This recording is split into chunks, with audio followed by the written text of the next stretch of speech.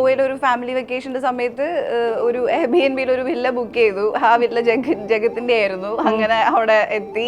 കണ്ടപ്പോ തന്നെ എനിക്ക് വില്ലയും ഇഷ്ടപ്പെട്ടു, ആളെയും ഇഷ്ടപ്പെട്ടു. ആളൊരു ലോലിത് ഹൃദയനാണ്. He is a very romantic happy soul. Amala production നിർത്തിയോ അതോ ഇനി ഇടയ്ക്ക് നമുക്ക് പ്രതീക്ഷ നടന്നുള്ളൂ ഒരു മാസം മുമ്പ്. ഈ പുതിയൊരു ഉന്മേഷം, ഉന്മാദം, ആഹ്ലാദം എന്നൊക്കെ പറഞ്ഞില്ലേ, അതുപോലത്തെ ഒരു ഫീൽ ഉണ്ടായിരുന്നു അതുകൊണ്ടായപ്പോ?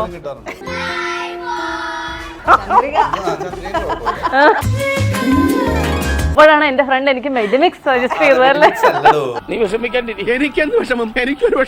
എനിക്കിപ്പോ മേക്കപ്പിന്റെ ഒന്നും ആവശ്യമില്ല, ഞാൻ ഇങ്ങനെ തന്നെ മതി എന്നുള്ള ഒരു ലൈനില് അങ്ങനെ മാറി. എന്ത് നോക്കാനാണോ, എനിക്കൊരു കെട്ടിയവനായി, കൊച്ചായി.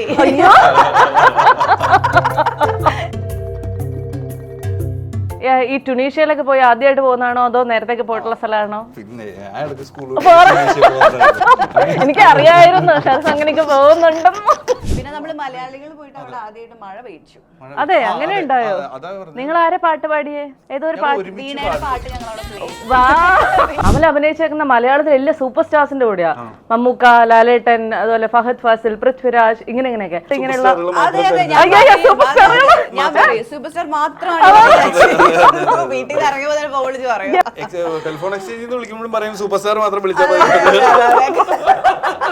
ഈ ആസിഫിന്റെ ഇങ്ങനത്തെ ഒരു ലുക്ക് ഇല്ലേ, ആസിഫിക്കയുടെ നമ്മൾ ഭയങ്കര വെറൈറ്റി ആയിട്ടുള്ള ഒരു ലുക്ക്, നിങ്ങൾ ആദ്യം കണ്ടപ്പോൾ നിങ്ങളുടെയൊക്കെ എക്സ്പ്രഷൻ എന്തായിരുന്നു?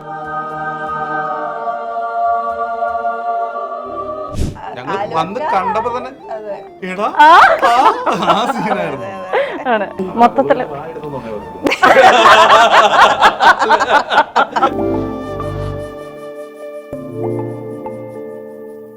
സ്മാർട്ട് ഫോൺ ചൂസ് ചെയ്യുമ്പോൾ കേരളത്തിൽ ഒരു ഒറ്റ എക്സ്പെർട്ടേ ഉള്ളൂ, Oxygen, the smart phone expert.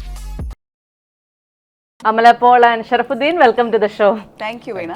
ഞാനേ അമല കല്യാണം കഴിഞ്ഞതിന് ശേഷം തന്നെ ഭയങ്കര ആക്റ്റീവ് ആയത് അല്ലേ? ഇത്രയും കാലം ഞങ്ങൾ അമലയുടെ ലൈഫ് കുറച്ച് പ്രൈവറ്റ് ആയിരുന്നു, കല്യാണത്തിന് ശേഷം അവളെ ഭയങ്കര പബ്ലിക് ആയതുപോലെ ഫീൽ ചെയ്തു. അങ്ങനെ ഉണ്ടാവുന്നുണ്ടോ?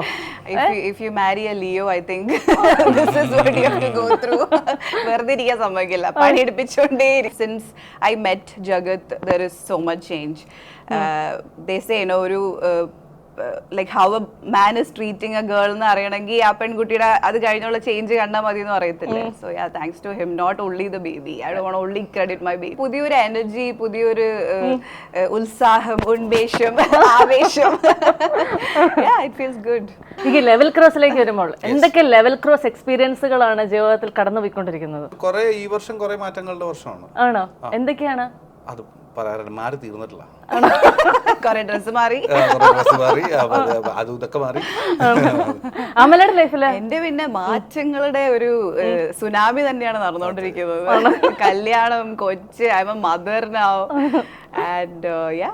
വിശ്വസിക്കാൻ പറ്റാത്തൊരു സിറ്റുവേഷൻ ഉണ്ടോ? വിശ്വസിക്കാൻ പറ്റാന്ന് പറഞ്ഞു കഴിഞ്ഞാൽ, ഐ റിമെമ്പർ, ഷെറഫിന് ഓർമ്മയുണ്ടോന്ന് അറിയില്ല, ഞങ്ങൾ ട്യൂണീഷ്യയിൽ ഷൂട്ട് ചെയ്തുകൊണ്ടിരിക്കുമ്പോൾ ഞാൻ ആസീനോടും ഷെറഫിനോടും, ഇത് ലാസ്റ്റ് ഇയർ മാർച്ചിലാണ് ഞങ്ങൾ അവിടെ ഷൂട്ട് ചെയ്യുന്നത്. അപ്പോൾ ഞങ്ങളിങ്ങനെ ഈവനിങ് ചില്ല് ചെയ്യുമ്പോൾ ഞാൻ ഇവരോട് ചോദിക്കുമായിരുന്നു, ശരിക്കും എങ്ങനെയാണ് ഈ കൊച്ചുങ്ങൾ ഫാമിലി ലൈഫ് അല്ലെങ്കിൽ പിള്ളേരുണ്ടായിട്ട് ബീങ് എ ഫാദർ മദർ എങ്ങനെയാണ്, അടിപൊളിയാണോ? You remember? എന്നിട്ട് I was taking their you know feedback ഒക്കെ. അപ്പോൾ സംവെയർ എനിക്ക് തോന്നുന്നു ഇത് ഇറ്റ് വാസ് നിയർ, യുനോ, എനിക്ക് അപ്പം അറിയത്തില്ല, അപ്പം ഞാൻ ജഗത്തിനെ കണ്ടിട്ടില്ല, ഞാനിപ്പോൾ ഈ വർഷം ഈ പടം റിലീസാകുമ്പോൾ ഒരു അമ്മയാവുമെന്ന് എനിക്ക് അറിയത്തില്ല. But somewhere I think it was getting aligned.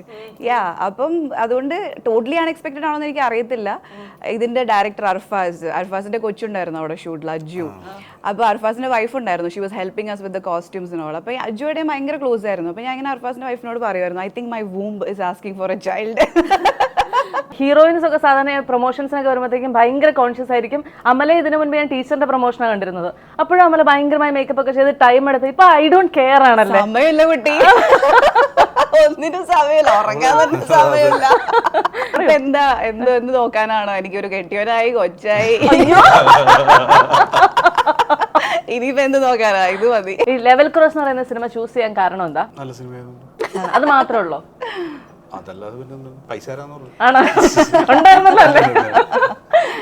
എനിക്കും പൈസ കിട്ടി, നല്ല സിനിമയാണ്. ഈ ടുണീഷ്യയിലൊക്കെ പോയി ആദ്യമായിട്ട് പോകുന്നതാണോ അതോ നേരത്തേക്ക് പോയിട്ടുള്ള സ്ഥലമാണോ? പിന്നെ എനിക്ക് അറിയായിരുന്നു ഷർഫ് അങ്ങനെയൊക്കെ പോകുന്നുണ്ടെന്ന്. ആദ്യമായിട്ട് ട്യൂണീഷ്യ എന്ന് കേൾക്കുന്നത് തന്നെ ഈ പടത്തിന്റെ ഡയറക്ടറിന്റെ അടുത്താണ്, അർഫാസിന്റെ അടുത്താണ്. ട്യൂണീഷ്യയിലാണ് ഷൂട്ട്. ട്യൂണീഷ്യ അതവിടെ സംവേർ ഒരു മൊറോക്കൻ കൺട്രി ആയിരിക്കും വിചാരിച്ചത്, but it's in North Africa, very close to Morocco. അവിടെ ചെന്ന് ഭക്ഷണം നോക്കിയോ? ഭക്ഷണമായിരുന്നു ഒരു ഇച്ചിരി പ്രശ്നം ഉണ്ടായിരുന്നത്. പക്ഷെ അപ്പോൾ കറക്റ്റ് സമയത്ത് ഇടപെട്ട് കാര്യങ്ങൾ ഡെയിലി കുക്ക് ചെയ്ത് നല്ല അടിപൊളി ബ്രേക്ക്ഫാസ്റ്റ്, ലഞ്ച്, ഡിന്നർ, വെറൈറ്റി 3 നേരം കുക്ക് ചെയ്തോണ്ടിരുന്നോ? അപ്പൊ അഭിനയിക്കാൻ അതാണ് ചോദിക്കാൻ അതും ഞങ്ങൾ അഡ്ജസ്റ്റ് ചെയ്തായിരുന്നു. അതിന് സമയം എനിക്ക് വേണ്ടി ഇവർ അഭിനയിക്കും, മാറി ഞങ്ങൾ അങ്ങനെ മാറി മാറി അഭിനയിച്ച്. അമല കുക്ക് ചെയ്ത പോലെ ഇവരുടെ ഈ മെയിൽ ഫ്രട്ടേണിറ്റി ഞാൻ ഇവരെയാണ് കുക്ക് ചെയ്തത്. ആക്ച്വൽ ഫുഡ് കുക്ക് ചെയ്ത് എന്റെ കുക്ക് ഉണ്ടായിരുന്നു, എന്റെ അസിസ്റ്റന്റ് ആയിരുന്നു അയ്യപ്പനോടാണ് ഞങ്ങൾക്ക് എല്ലാവർക്കും നന്ദി. കാരണം അവിടെ ഒരു രീതിയിലും നമുക്ക് ഇത് ചെയ്യാത്തൊരു ഫുഡായിരുന്നു. ഓക്കെ, നമ്മളൊരു ട്രിപ്പൊക്കെ പോകുമ്പോൾ ഒരു 2-3 ദിവസമൊക്കെ ഒരു സ്ഥലത്ത് നിന്ന് ഭക്ഷണം കഴിക്കാന്നല്ലാതെ കുറെ ദിവസം അവിടെ നിന്ന് ആ ഭക്ഷണം കഴിക്കാൻ നമുക്കൊരു എനിക്കൊരു 12 days റംസാൻ ടൈമിലാണ്. അവിടെ ഡേ ടൈമിൽ ഒരു ഷോപ്പും ഒന്നുമില്ല. അപ്പം ചേട്ടൻ ഒരു 4 ദിവസം വന്ന് ചില്ല് ചെയ്തിട്ട് പോയി. ഞാനും ആസിയായിരുന്നു അവിടെ. നിങ്ങൾ അവിടെ വിചിത്രമായ എന്തെങ്കിലും ഫുഡ് കഴിച്ചോ എന്നിട്ട് ട്യൂണീഷ്യന്ന്? ഇല്ലടാ, അവിടുത്തെ ഫുഡ് എന്ന് പറഞ്ഞാൽ ആദ്യം നമുക്ക് ഭയങ്കര ഇൻട്രസ്റ്റിംഗ് ആയിട്ട് തോന്നും. സെയിം ഫുഡായിരിക്കും, വലിയ എരിവും പുളിയൊന്നും ഉണ്ടാവില്ല. അപ്പൊ ആദ്യം മറ്റേ Mediterranean food, wow, you know like ഭയങ്കര ഇൻട്രസ്റ്റിംഗ് ആണ്. Salad, hummus, pita bread, full health conscious. 3-4 ദിവസം കഴിഞ്ഞപ്പോഴത്തേക്കും മസാല ദോശ കിട്ടുമോ, ചോറും സാമ്പാറും കിട്ടുമോ. പിന്നെ എന്റെ കുക്ക് ഡീൽ ചെയ്തായിരുന്നു. നമ്മൾ അവനെ കൊണ്ട് കഷ്ടപ്പെട്ട് അവൻ മസാല ദോശയൊക്കെ ഉണ്ടാക്കി, ഓംലെറ്റ് ഉണ്ടാക്കി കൊണ്ടുവരും. ഞങ്ങൾ അതിന് എല്ലാവരും വെയിറ്റ് ചെയ്തിരിക്കും. പിന്നെ മമ്മി എപ്പോഴും പണ്ടേ തൊട്ട് ഞങ്ങൾ ഈ തെലുഗു ഒരുപാട് ഫിലിംസ് ഷൂട്ട് പോയിരുന്നോണ്ട് മമ്മി പ്രാക്ടീസ്ഡ് ആണ്. ദൂരേക്ക് പോകുമ്പോ മമ്മി നല്ല അച്ചാറുകള് ഒക്കെ പാക്ക് ചെയ്ത് തരും. ഷൂട്ടിംഗ് ലൊക്കേഷനിലേക്ക് എനിക്ക് ഒരു സെപ്പറേറ്റ് ഷൂട്ട് കേസ് ഉണ്ട്, ഫുൾ കിച്ചൺ ഐറ്റംസ് ആയിട്ട്. അതെ, ഫലപ്രദമായി. മറ്റേ അയ്യപ്പൻ അച്ചാറും കൊണ്ട് ടെന്റിലായിരുന്നു ഞങ്ങൾ ഫുഡ് കഴിക്കുന്നത്. അപ്പൊ ആർട്ടിസ്റ്റിന് ഒരു 2-3 ടെന്റ് സെപ്പറേറ്റ്, പിന്നെ ക്രൂ എല്ലാവർക്കും കൂടെ കഴിക്കാൻ ഒരു ടെന്റ് ഉണ്ടായിരുന്നു. അയ്യപ്പൻ വരുന്നതും കാത്ത് എല്ലാവരും ക്രൂ മെമ്പേഴ്സ് ഇങ്ങനെ വെയിറ്റ് ചെയ്യും. മറ്റേ ഈ അപ്പോകാലിപ്റ്റിക് ഫിലിമിലൊക്കെ ഉള്ള പോലെ ഫുഡ് കുറേ നാള് കാണാതെ ഫുഡ് വരുമ്പോ എല്ലാവരും വാ അയ്യപ്പ. എന്നിട്ട് ഓരോരുത്തർ എല്ലാവരും ഭയങ്കര മിനിമലിസം ആയിരുന്നു. ഒരെണ്ണം എടുക്കണ്ട, അരയെടുക്ക്. വളരെ അണ്ടർസ്റ്റാൻഡിങ്ങിൽ ഞങ്ങൾ എല്ലാവരും ഒരു 25 days ഷൂട്ടിംഗ് ചെയ്ത് തീർത്തു. ഞങ്ങൾ ഇന്ന് അമലയുടെ ഇങ്ങനെ ഫിൽമോഗ്രഫി ഇങ്ങനെ നോക്കി കഴിയുമ്പോഴത്തേക്ക് അമല അഭിനയിച്ചേക്കുന്ന മലയാളത്തിലെ എല്ലാ സൂപ്പർ സ്റ്റാർസിന്റെ കൂടെയാ. മമ്മൂക്ക, ലാലേട്ടൻ, അതുപോലെ ഫഹദ് ഫാസിൽ, പൃഥ്വിരാജ്, ഇങ്ങനെയൊക്കെ. അടുത്ത് ആസിഫാണോ ഷറഫുദ്ദീൻ ആണോ എന്ന് ചോദിക്കാൻ വരാം. ആ ഭാഗ്യമുണ്ടോ? അല്ലെ, ഇരിക്കട്ടെ എന്നല്ലേ. എല്ലാവരും സൂപ്പർ സ്റ്റാർസ് ആവട്ടെ. അല്ല, അമല ഇങ്ങനെ ശ്രദ്ധിച്ചിട്ടുണ്ടായിരുന്നു നമ്മുടെ എടുത്ത സിനിമകൾ? അതോ അമല അങ്ങനെ മനഃപൂർവ്വം വളരെ കോൺഷ്യസ് എഫേർട്ട് എടുത്ത് ഇങ്ങനെയുള്ള? ഞാൻ പറയും സൂപ്പർ സ്റ്റാർ മാത്രമാണ്. വീട്ടിൽ ഇറങ്ങിയപ്പോ തന്നെ വിളിച്ച് പറയും. ടെലിഫോൺ എക്സ്ചേഞ്ച് വിളിക്കുമ്പോഴും പറയും സൂപ്പർ സ്റ്റാർ മാത്രം വിളിച്ചാൽ എന്താണോ എന്റെ ഇന്റർവ്യൂ ഒന്ന് അറിഞ്ഞ് കഥ പോലും കേൾക്കുന്ന ആദ്യം ചോദിക്കുന്നത് ഏത് സൂപ്പർ സ്റ്റാർ ആണ്, തമിഴാണോ, തെലുങ്കാണോ, കന്നഡയാണോ, മലയാളമാണോ ആണ്. 2 പ്രൊഡ്യൂസേഴ്സ് ആണ് എന്നെ മുന്നോടിക്കുന്നത്, ആക്ടേഴ്സ് മാത്രമല്ല. ഈ പ്രൊഡ്യൂസിംഗ് ലൈഫ് എങ്ങനെ പോകുന്നു? ഓർമ്മിപ്പിക്കരുത്. അമല പ്രൊഡക്ഷൻ നിർത്തിയോ അതോ ഇനി ഇടയ്ക്ക് ഒരു പ്രൊഡക്ഷൻ നടന്നുള്ളൂ 1 മാസം മുമ്പ്. 10 മാസം ചുവന്ന് ഒരു പ്രൊഡക്ഷൻ ഇപ്പൊ റിലീസ് ചെയ്തോളൂ. ഞാനിപ്പോ അടുത്തൊന്നും ഒരു പ്രൊഡക്ഷൻ. ഈ അമലയുടെ ഒരു റീല് കാണുമ്പോൾ നമുക്ക് നെഞ്ചുവേദന. എന്റെ ദൈവമേ, അമല എന്തിനിങ്ങനെ ഡാൻസ് കളിക്കുന്നത്? അങ്ങനെ ഞങ്ങൾ പലപ്പോഴും ആലോചിക്കാറുണ്ടായിരുന്നു. ഇങ്ങനെയൊക്കെയുള്ള കമന്റുകളൊക്കെ കാണാറുണ്ടോ, അറിയാറുണ്ടോ, എന്തെങ്കിലും സംഭവിക്കാറുണ്ടോ? കമന്റ്സ് ഒക്കെ കാണാറുണ്ട്.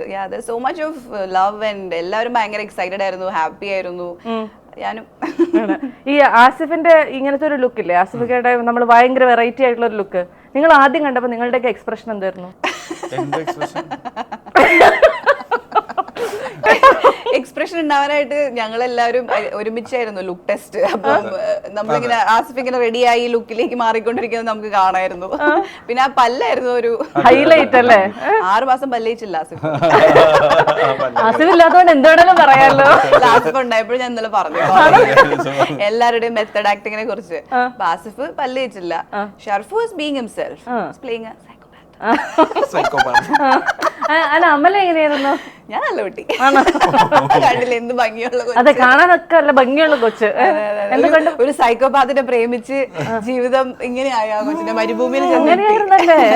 ഇത് നോക്കിയെടുത്താണോ ഈ ക്യാരക്ടർ? നമ്മള് കട്ടിങ് കട്ടേ അല്ല നോക്കിയെടുത്താണോ ഇങ്ങനത്തെ ക്യാരക്ടർ? സൈക്കോപാത്ത് അല്ല ക്യാരക്ടർ, അങ്ങനെയല്ല. ഇത് സിനിമ സിനിമ കണ്ട് പറയാം. കഴിഞ്ഞാൽ മാത്രമാണ്. സൈക്കോപാത്ത് ആരെങ്കിലും പറയോ ഞാൻ സൈക്കോപാത്ത് അല്ലാതെ? ഓ വീണ്ടും നിങ്ങൾ ട്വിസ്റ്റോടെ ട്വിസ്റ്റ്. ഇനി എന്തെങ്കിലും ട്വിസ്റ്റ് ഉണ്ടോ?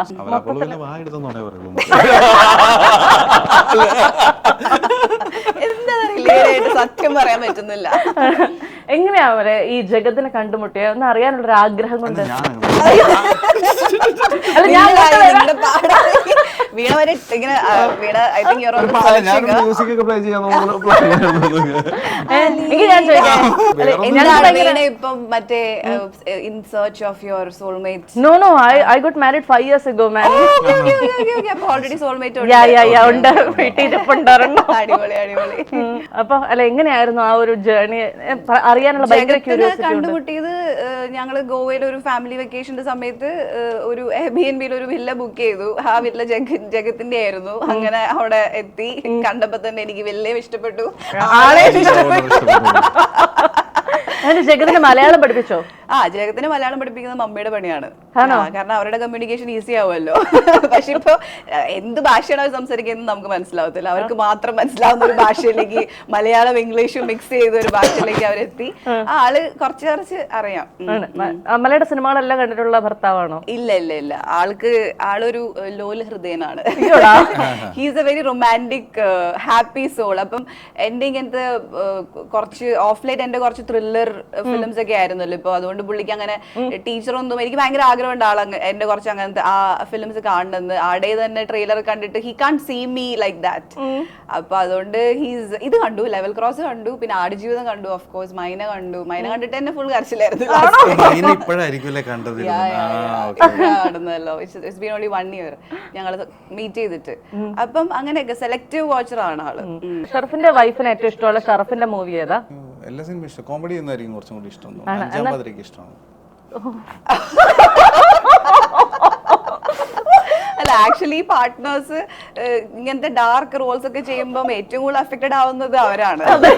യഥാർത്ഥ മൈൻഡ് എന്താണെന്ന് ശരിക്കും ഞാൻ ലെവൽ ക്രോസ് കണ്ടിട്ട് തന്നെ ഞാൻ കുറെ സമയത്തേക്ക് അപ്പൊ തന്നെ ആള് ഓക്കെ ഇനി ഇങ്ങനത്തെ ഫിലിം ചെയ്യരുത്, ലവ് സ്റ്റോറി ഹാപ്പി എന്നാലും പുള്ളിക്ക് ഏറ്റവും ഇഷ്ടപ്പെട്ടെന്ന് പറഞ്ഞത് ഏതായിരിക്കും?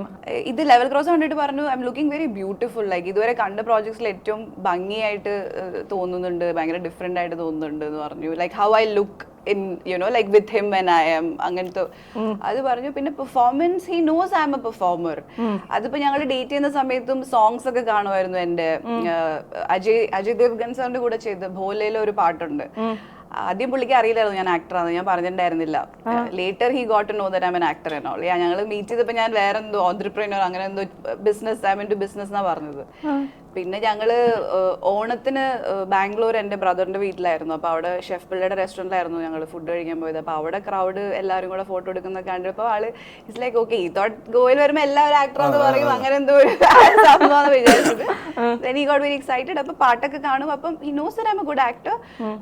He enjoys my performance. Favourite may be ഇതുവരെ ആൾ അങ്ങനെ ഒന്നും പറഞ്ഞിട്ടില്ല.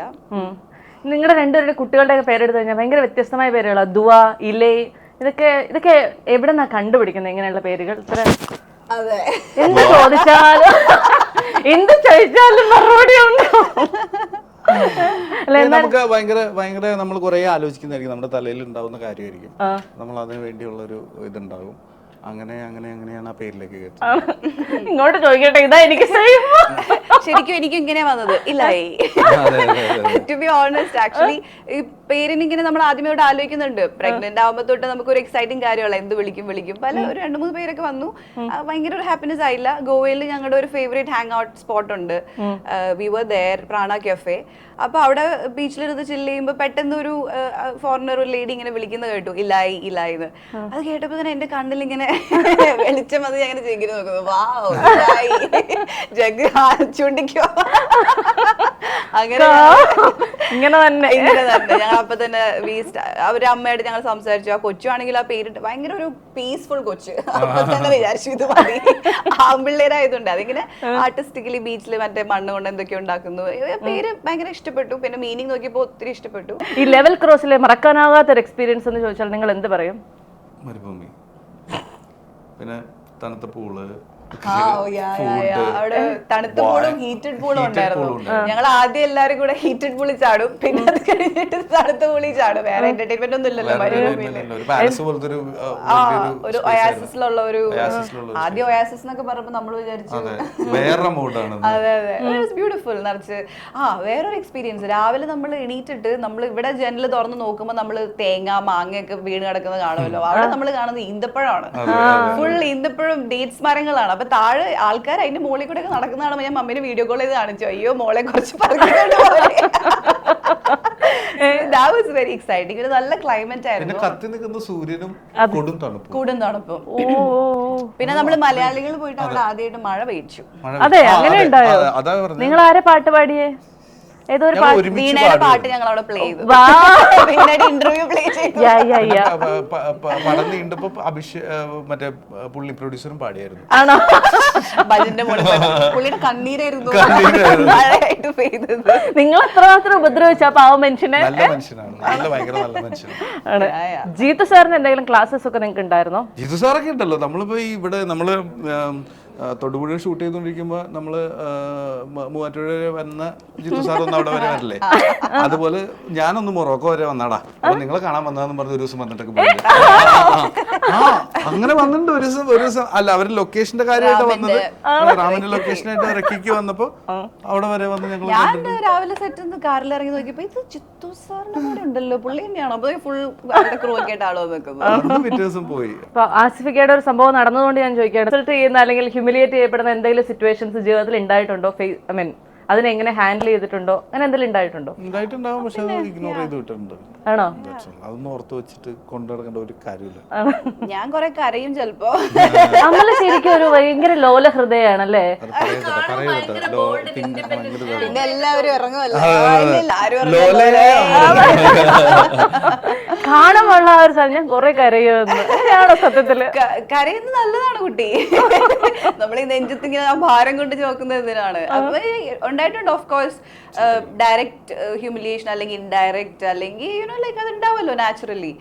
അപ്പം വിഷമമാണെങ്കിൽ വിഷമാകും, അത് എക്സ്പ്രസ് ചെയ്യും, ലൈക്ക് അത് കഴിഞ്ഞിട്ട് അതിൽ നിന്ന് റിക്കവർ ആവും. പിന്നെ ഞാൻ മറ്റേ പാട്ടൊക്കെ ഇട്ടിട്ട് പോസിബിൾ ആ പാട്ടൊക്കെ ഇട്ട് ഞാൻ എന്നെ തന്നെ മോട്ടിവേറ്റ് ചെയ്തു. ഏറ്റവും കൂടുതൽ എൻഗേജ്ഡ് ആവുന്ന എങ്ങനെയാ? ഉറക്കമില്ലായ്മ കൊണ്ടാണോ അതോ വേറെന്തെങ്കിലും കാര്യങ്ങൾ കൊണ്ടാണോ? സിനിമയുടെ റിലീസിന്റെ ടെൻഷനാണോ? എന്താണ്? ഇപ്പൊ ഞാൻ മൊത്തത്തിൽ ആ ഒരു മദർലി എനർജി അല്ലെങ്കിൽ മോർ ദാൻ, എനിക്കറിയത്തില്ല മദർലി ഫാദർലി എന്നുള്ളതല്ല, ഇതൊരു പുതിയൊരു എക്സ്പീരിയൻസ് ആണ്. അത് പുതിയൊരു ഹ്യൂമൻ ബീങ് വന്നേക്കുവാണ് ലൈഫിലേക്ക്, ഒരു tiny little being. And actually ആ ഹ്യൂമൻ ബീങ്ങിനെ അറിയാം പുള്ളിക്ക് എന്താ വേണ്ടതെന്ന്. അപ്പൊ ആളെ ഫോളോ ചെയ്താൽ മതി. ആൾക്ക് വിശക്കുമ്പോൾ ആൾക്ക് പാല് കൊടുക്കണം, ആൾക്ക് എന്താണോ ഡിസ്കംഫർട്ട് അത് എക്സ്പ്രസ് ചെയ്യുമ്പോൾ നമ്മളത് മനസ്സിലാക്കി എടുത്താൽ മതി. അത് ഭയങ്കര രസമുള്ള ഒരു പരിപാടിയാണ്, കംപ്ലീറ്റ് ഒരു അവയർനെസ് ഉള്ള ഒരു പരിപാടി. അതില്ലാതെ പറ്റത്തില്ല. നമ്മളിങ്ങനെ ലോസ്റ്റ് ആയിട്ടൊക്കെ നമ്മൾ കുറെ കാലം ജീവിച്ചിട്ടുണ്ടാവും, ലോസ്റ്റ് ആയിട്ട് ഇരിക്കാം. പക്ഷെ ഒരു കൊച്ചുള്ളപ്പോൾ നമുക്ക് ലോസ്റ്റ് ആവാൻ പറ്റത്തില്ല. You have to be aware in the moment. അതുപോലെ ഞാൻ മുമ്പൊക്കെ ഒരു 10-12 മണിക്കൂറൊക്കെ ചിലപ്പോൾ കിടന്ന് ഉറങ്ങും. എനിക്ക് നല്ലോണം ഉറങ്ങേണ്ട ആളാണ് ഞാൻ. ഉറങ്ങിയാണ് എൻ്റെ എക്സോഷൻ എല്ലാം തീർക്കുന്നത്. എന്നാലും എനിക്ക് ടയർഡ്നെസ് ആയിരിക്കും. ഇത് ഒരു 3-4 മണിക്കൂർ ഉറങ്ങിയിട്ട് നെക്സ്റ്റ് ഫീഡിങ്ങിന് ഞാൻ വേണ്ടി ഇടിക്കുവാണ്. ഭയങ്കര ഫ്രഷ്നെസ്സിൽ. അത് ജഗത്തും അതെ. ഞാൻ പ്രഗ്നന്റ് ആയിരിക്കുമ്പോൾ ഞാൻ ജഗ്ഗിനെ, എനിക്ക് ദാഹിക്കുക അല്ലെങ്കിൽ വിശക്കുണ്ടെങ്കിൽ ഞാൻ ലാസ്റ്റ് ട്രൈമസിലൊക്കെ ഞാൻ ജഗ്ഗിനെ കുത്തും. ജഗ് എനിക്ക് ഇത് വേണം, വെള്ളം വേണം, അല്ലെങ്കിൽ കിച്ചണിൽ നിന്ന് എനിക്ക് എന്തെങ്കിലും എടുത്തിട്ട് ബേബി 5 minutes ബേബി 5 minutes ഇത് തന്നെ കിടക്കും. ലാസ്റ്റ് എനിക്ക് ഭ്രാന്തായിട്ട് ഞാൻ എണീക്കും. ഇത് കൊച്ചു വന്നപ്പോ ഞാൻ കൊച്ചു ഒന്ന് തുമ്മ അല്ലെങ്കിൽ ചുമക്ക് ആയി തന്നെ ആളാണ് എണീക്കുന്നത്. സോ എന്നെക്കാളും കൂടുതൽ ആൾക്കുണ്ടായ ഒരു ചേഞ്ചിലാണ് ഞാൻ അമേസ്ഡ് ആയിരിക്കുന്നത്. അപ്പം ഇങ്ങനെയുള്ള പുതിയ നമ്മളെ തന്നെ പുതിയതായിട്ട് അറിയുവാണ്. ഓക്കെ, ഇത്രയും ഒരു അടിപൊളി ഹോർമോൺസും കെമിക്കൽസ് ഒക്കെ നമ്മുടെ ഉള്ളിൽ തന്നെ ഉണ്ടായിരുന്നു എന്നുള്ളത് ഒരു ഭയങ്കര എക്സൈറ്റിംഗ് ആണ്. ഇനി ജൂലൈ 26 ലെവൽ ക്രോസ് എത്തുമ്പോഴത്തേക്കും ടെൻഷൻ ഉണ്ടോ? ടെൻഷൻ ഉണ്ട്. ഒരു സിനിമ റിലീസാവാന്ന് പറഞ്ഞാൽ കുറേ ദിവസത്തെ കുറേ പേരുടെ എന്താ പറയുക, പുതിയൊരു ഡയറക്ടറുടെയൊക്കെ ടെൻഷനും എല്ലാവർക്കും ഉണ്ടാവും. അതുകൊണ്ട് നല്ല സിനിമയാണ്, ഒരു എക്സ്പെരിമെന്റൽ ഫിലിമാണ് ഇത്. ചിലപ്പോൾ ഒരു സ്ലോ ബേണറായിട്ട് തോന്നും, പക്ഷെ ഒരു വെറൈറ്റി ഫിലിം ആയിരിക്കും, അതെന്തായാലും ഉറപ്പാണ്. ഇനിയിപ്പം rest leaving it to the audience, അത്രേ ഉള്ളൂ. Praying for the best. Excited. അപ്പൊ എന്തായാലും ലെവൽ ക്രോസ് ജൂലൈ 26 തിയേറ്ററുകളിൽ എത്തുകയാണ്. നല്ല സിനിമയായി മാറട്ടെ.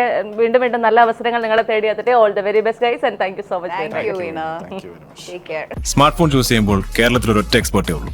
Oxygen, the smart phone expert.